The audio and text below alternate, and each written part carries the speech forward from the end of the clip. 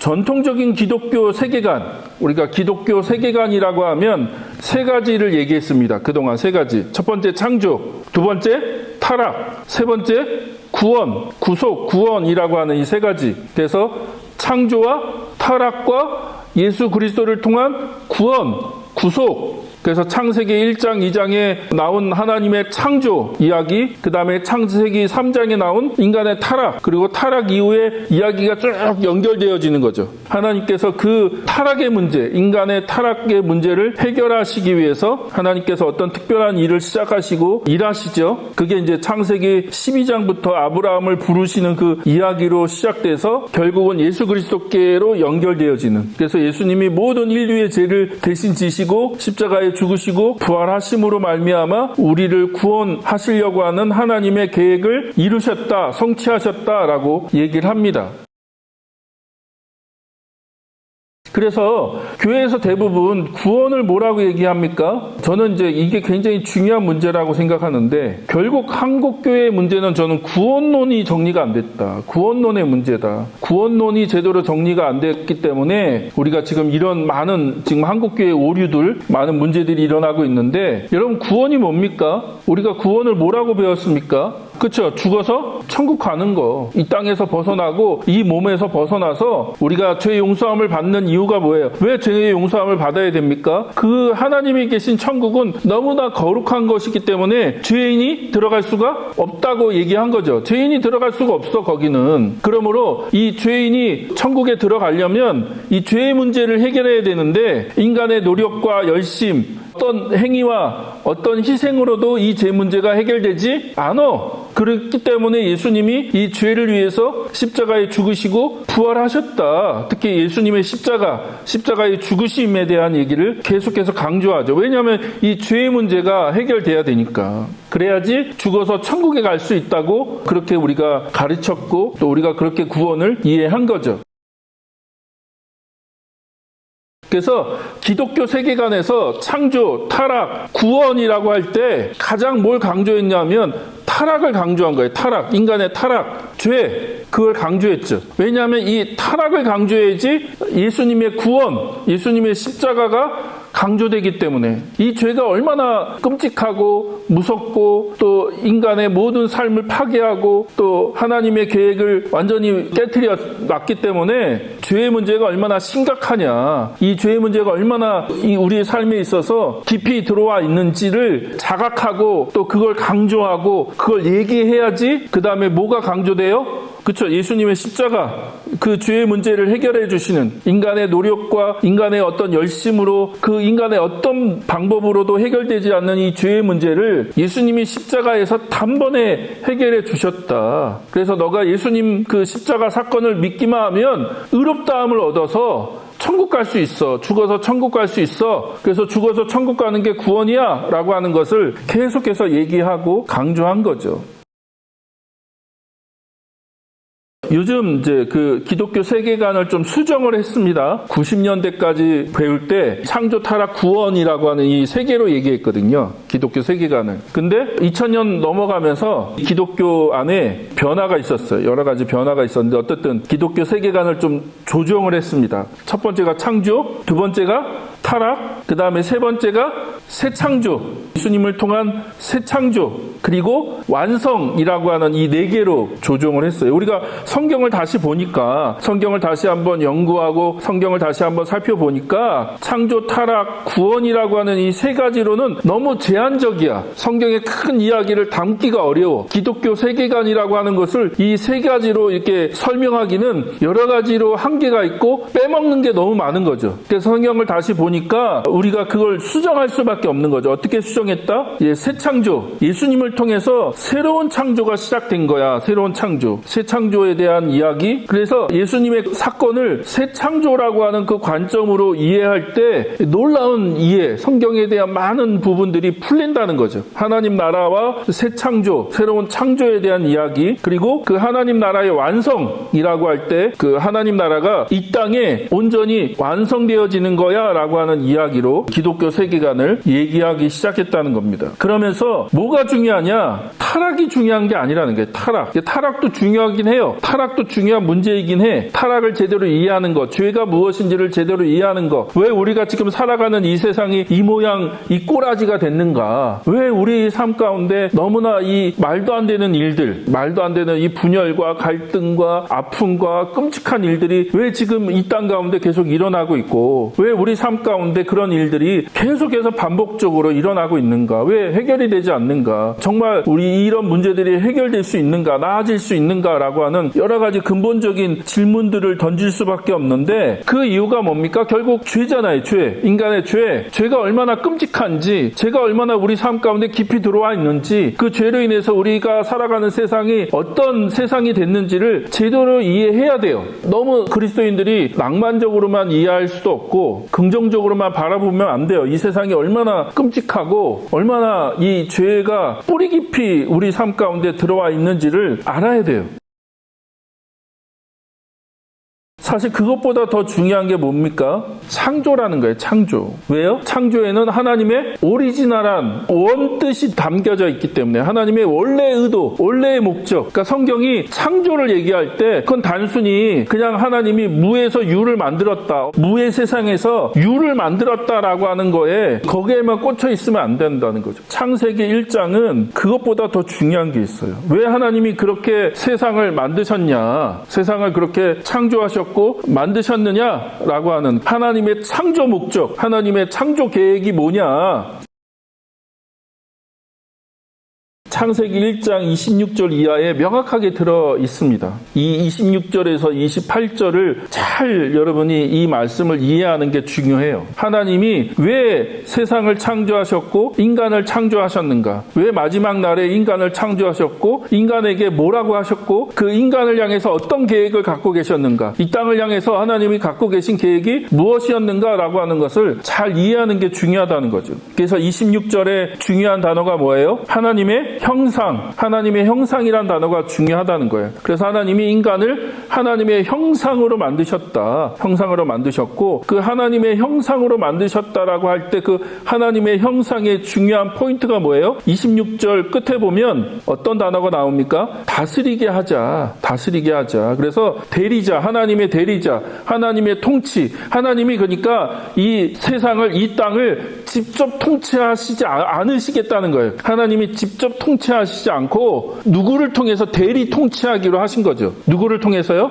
인간, 하나님의 형상대로 만들어진 그 인간을 통해서 이 땅을 대리 통치하기로. 그러니까 그 통치권을 누구에게 맡겼어요? 인간에게 맡긴 거예요. 하나님의 형상대로 만들어진 그 인간에게 그 통치권을 맡기셨고, 야, 이제 너가 다스려! 라고 말씀하시는 거죠. 그래서 27절에 다시 그걸 반복하는 거죠. 하나님의 당신의 형상대로 사람을 창조하셨으니 곧 하나님의 형상대로 사람을 창조하셨다. 그래서 이 하나님의 형상이라고 하는 건 이 외모를 얘기하는 게 아니라 통치권을 얘기하는 거예요. 하나님이 그 갖고 계신 그 통치권을 인간에게 맡기셨다는 거예요. 그래서 인간을 하나님의 형상이다라고 얘기하신다. 그러면서 28절 하나님이 그들에게 복을 베푸셨다. 그래서 하나님이 복을 주셨다. 이 말은 하나님과의 관계가 정말 어떤 관계, 우리가 하나님과의 관계에서 하나님의 주시는 복을 받아야지 우리가 하나님의 형상대로 살아갈 수 있다는 걸 얘기하는 거죠. 하나님과의 관계가 끊어지면, 하나님과의 관계가 깨어지면 인간은 인간의 그 모습대로 살아갈 수가 없다는 거예요. 하나님의 형상대로의 모습을 살아갈 수가 없어. 하나님의 형상대로의 그 모습을 우리 삶 가운데 작동이 되려면 뭐가 중요하다? 하나님과의 관계가 중요하다. 그리고 하나님과의 관계에서 하나님이 주시는 복을 우리는 받고 그 복을 누려야 된다는 거예요. 그 복을 하나님과의 관계 안에서 누릴 때 우리는 하나님의 형상대로 살아갈 수가 있는데, 그 하나님의 형상대로 산다는 게 뭡니까? 하나님이 그들에게 말씀하시기를 생육하고 번성하여 땅에 충만하라는 거예요. 땅에 충만하라. 그리고 두 번째 번째, 땅을 정복해라. 땅을 정복해라. 바다의 고기와 공중의 새와 땅 위에서 살아 움직이는 모든 생물을 어떻게 해요? 다스려라 라고 다시 한번 또 얘기하시죠. 그래서 하나님의 명령은 뭐예요? 땅에, 이 땅, 하나님께서 만드신 이 땅을 그 인간이 그 땅 안에 번성하는 거, 그 땅에 충만하는 거, 그리고 그 땅을 정복하고 다스리는 거. 여기서 정복하라는 말이 막 마음대로 막 이렇게 빼앗으라는 말도 아니고 네가 원하는 대로 하라는 그런 의미가 아닙니다. 하나님의 형상으로서, 하나님의 대리자로서 하나님의 뜻이 이 땅 가운데 이루어지도록, 인간은 하나님의 뜻을 반영하는 존재, 하나님의 뜻이 무엇인지를 알고 하나님의 뜻이 이 땅에 이루어지도록 그것을 반영하는 존재다. 그래서 계속해서 다스려라, 다스려라 라고 말씀하시는 거죠. 그게 하나님께서 창조 안에 갖고 계신 원래의 계획이고 원래의 뜻이었죠. 근데 인간이 반역하는 거죠. 반역. 하나님과의 관계 안에서 인간이 하나님의 그 다스림을 받는 관계를 거절하고 인간이 스스로 왕이 되려고 했고, 인간이 그 하나님의 보좌에 자기가 앉으려고 한 거죠. 불순종, 반역을 한 거죠. 그래서 하나님의 어떤 그 주시는 복 안에서, 하나님과의 관계 안에서 인간은 통치하는, 그러니까 하나님의 뜻을 이 땅에 이루어가는 그런 존재로 살아야 되는데, 그걸 거부하고 자신의 뜻을 펼치기를 원한 거죠. 자신의 왕국, 자신이 왕이 되려고 했고, 자신의 계획과 자신의 뜻을 이 땅 가운데 이루어가려고 했다는 거죠. 그렇게 얘기하면 사실 여러분, 구원이 뭡니까? 그러면 구원. 제가 좀 중간에 이렇게 더 설명을 드려야 되는데 시간이 그렇게 없어서, 결국 그런 면에서 구원은 뭐예요? 죽어서 천국을 가는 게 구원이 아니라, 그러니까 하나님의 형상으로서의 모습으로의 회복을 얘기하는 거죠. 이해되세요? 그러니까 타락이 다른 게 아니다. 하나님의 형상이 깨진 거잖아요. 하나님의 형상이 깨져서 인간이 인간 마음대로 살면서 자신의 세상, 자신이 왕이 되는, 자신이 주인이 되는 세상을 만들어 놓은 거거든요.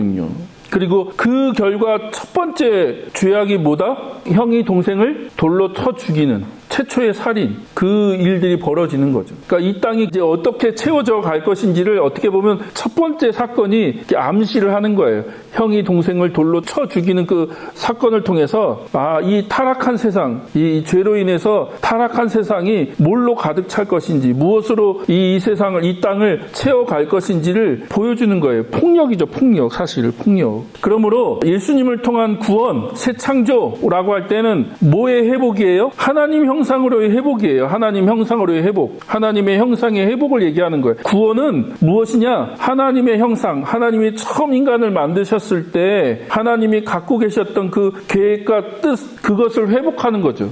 그래서 창조, 타락, 새 창조, 완성이라고 하는 이 순서에서 뭐가 중요하냐? 창조가 중요해요. 창조. 하나님의 원래 계획이 뭐냐? 하나님의 원래 뜻이 뭐냐? 근데 왜 그 뜻이 깨지고 망가졌냐? 죄 때문에. 하나님이 갖고 계신 그 뜻이, 하나님의 계획이 죄 때문에, 인간의 불순종 때문에, 인간이 스스로 왕이 되려고 한 그 불순종 때문에 하나님의 원래 계획과 뜻이 깨지고 망가진 거죠. 그러면 예수님이 그걸 회복하기 위해서 이 땅에 오신 거잖아요. 그래서 예수님이 행하신 그 모든 것이 구원을 완성하신 거죠. 구원을 베푸신 거고, 구원을 완성하신 거고, 그러니까 창조의 회복인 거죠. 새 창조. 그러니까 원래 하나님이 갖고 계신 창조 계획으로의 회복이에요. 그러면 그 하나님의 원래 갖고 계셨던 뜻을 회복한다는 게 뭐냐? 결국은 하나님의 형상으로 회복하는 겁니다. 하나님의 형상으로. 인간이 하나님의 형상으로 회복하는 거예요. 그래서 우리가 요한복음 20장을 얘기를 할 수밖에 없는데, 요한복음 20장 22절, 그러니까 그런 차원에서 요한복음 20장 22절을 보면 예수님께서 뭐라고 하세요? 부활하시고 제자들에게 나타나셔서 그들에게 뭐라고 하십니까? 이렇게 말씀하신 다음에 그들에게 숨을 불어넣으시고, 그러니까 호흡을 후 이렇게 부신 거예요. 호흡을 후 이렇게 부시고 숨을 불어넣으시고 말씀하셨다. 뭐라고요? 성령을 받아라 라고 하신 거죠. 성령을 받아라. 이게 마치 어떤 모습을 연상시킨다고요? 인간을 처음 만들 때 흙으로 인간의 그 육체를 만든 다음에 그 코에다가 생기를 불어넣으실 때 하나님이 그 코에다가 생기를 마치 이렇게 불어넣으신 것처럼 예수님이 지금 제자들에게 부활하신 다음에 나타나셔서 그 제자들을 향해서 숨을 내신 거예요. 이렇게 숨을 내쉬면서 성령을 받아라 라고 말씀하신 거죠. 이것은 또 어떤 사건을 연상시키냐면 에스겔 환상을 연상시킵니다. 그 에스겔 그 골짜기에서 마른 뼈가 살아날 때 그 마른 뼈가 살아나면서 뼈가 붙고 근육이 붙고 살이 붙었지만 움직이지 않잖아요. 그때 성령이 생기가 그들 가운데 들어가게 될 때 그들이 회복되는 거죠. 그래서 에스겔의 그 환상, 마치 구약의 에스겔의 그 환상을 예수님이 지금 이거를 연상시키시는 거예요. 그래서 부활하신 예수님이 제자들에게 숨을 후라고 이렇게 뱉으시면서 성령을 받아라 라고 말씀하시는 거죠. 그러니까 이게 뭐로 이해돼야 되느냐?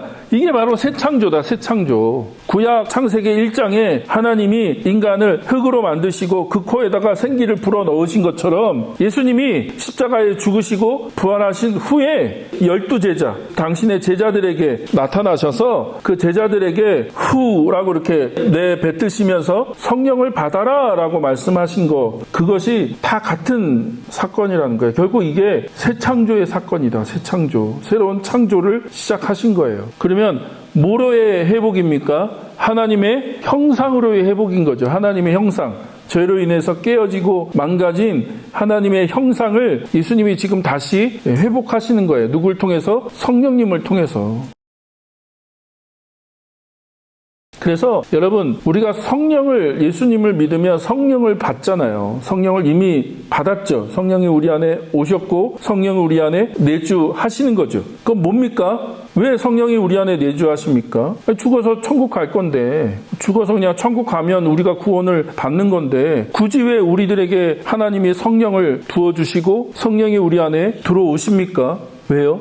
그렇죠. 하나님의 형상대로 우리의 주어진 삶 가운데 하나님의 형상대로 살아가라는 거예요, 이제는. 그래서 하나님의 뜻을 이해하고 하나님의 뜻을 알고, 성령이 하나님의 영이시잖아요. 하나님의 영, 예수의 영이기도 하지만 하나님의 영이에요. 성령을 통해서 가장 중요한 건 하나님의 뜻을 이제 너희들이 다 알 수 있다는 거예요. 하나님의 뜻, 하나님의 계획이 뭐고 하나님의 뜻이 뭐고, 하나님께서 여러분 안에 계신 성령님을 통해서 하나님의 뜻을 여러분 가운데 계시하시고 말씀하실 거라는 거예요, 직접. 그리고 우리가 그 하나님의 뜻을 우리 삶 가운데 성취하는, 그 하나님의 뜻을 이 땅 가운데 이루어가는 삶. 하나님이 인간을 만드신 다음에 이 땅에 너희들이 생육하고 번성하고 충만하고 그리고 이 땅을 정복하고 다스려라 라고 말씀하신 것처럼, 우리가 성령을 받아서 하나님의 형상이 회복됐다는 것은 우리의 주어진 삶 가운데 이제 하나님의 나라를 이루어가는 거죠.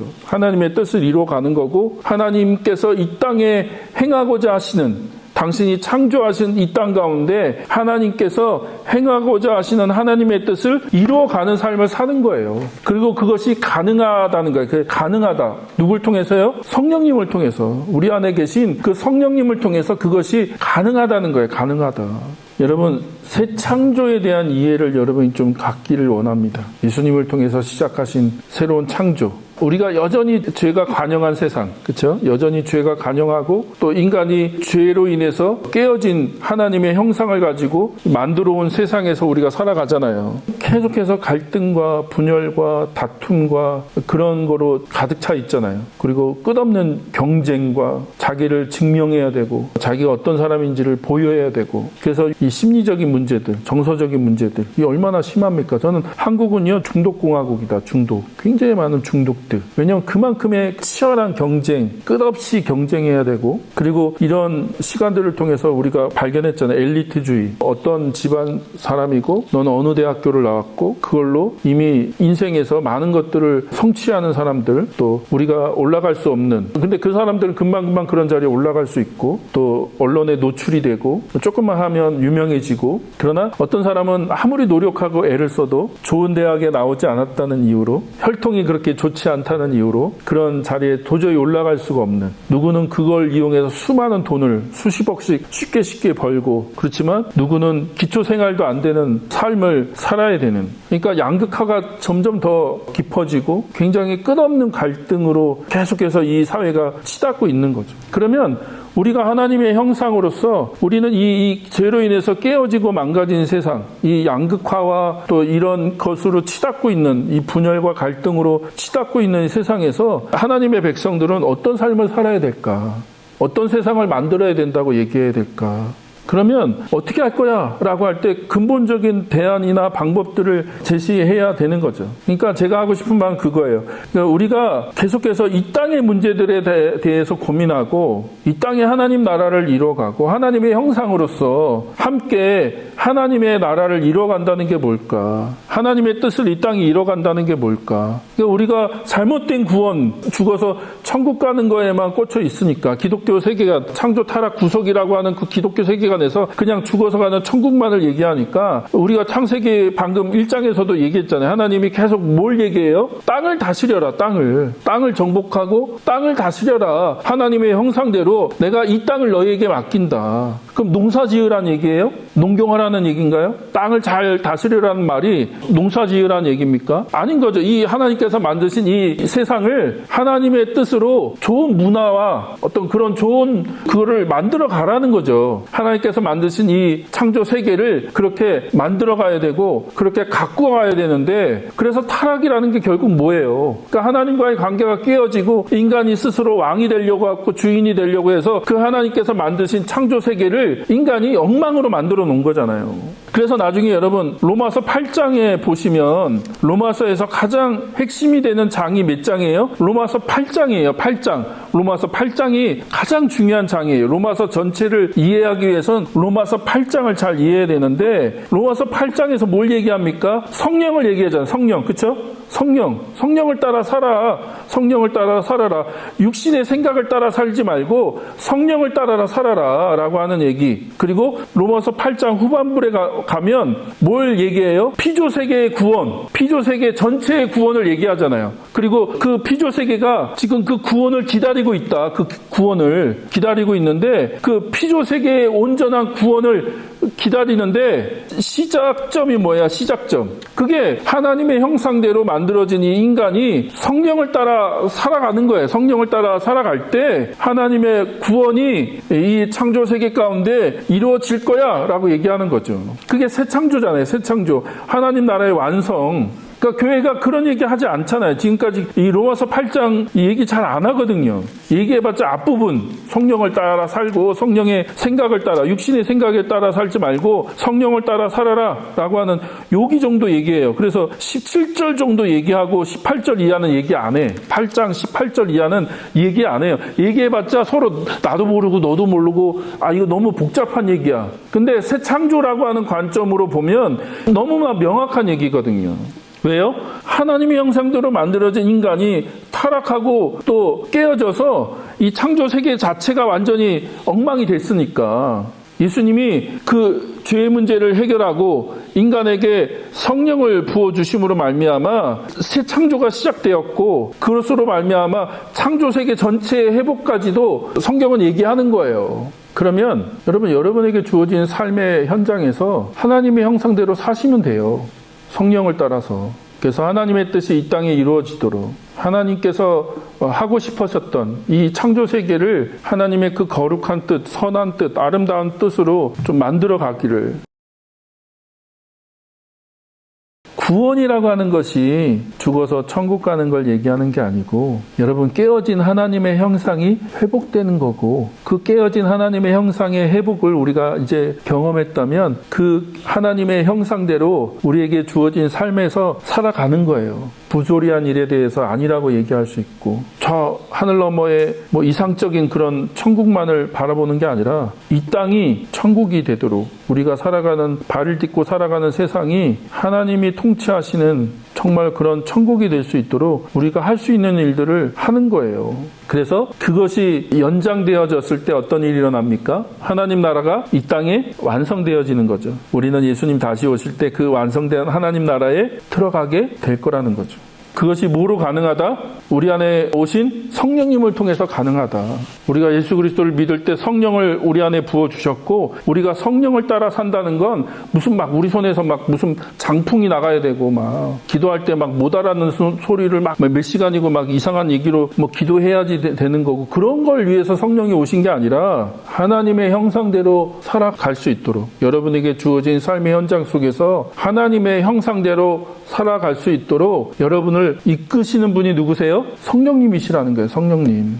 그래서 여러분을 너무나 잘 아시고, 여러분에게 주어진 삶의 현장과 또 여러분 각자에게 주어진 문제들, 아픔들, 우리의 여러 가지 어려움들, 우리가 갖고 있는 태생적인 어려움, 또 우리가 자라오면서 겪었던 그런 아픔이나 상처들을 너무나 잘 아시는 그 성령 하나님께서 여러분 각자에게 삶에 맞는 그걸로 여러분을 인도해 주실 거예요. 성령님이 여러분을 너무나 잘 아시기 때문에, 여러분 안에 계시고 여러분을 너무나 잘 아시고, 그래서 여러분의 삶에 그런 주어진 상황 속에서 하나님의 형상대로 살아갈 수 있도록 그 성령 하나님께서 여러분을 인도해 주실 거라는 거죠. 그러므로 성령 하나님과 살아가는 삶을 배워가시기를 바랍니다. 그 성령을 따라 사는 삶, 그것이 무엇인지를 계속해서 배워가시는 여러분의 삶이 되기를 주의 이름으로 축복합니다.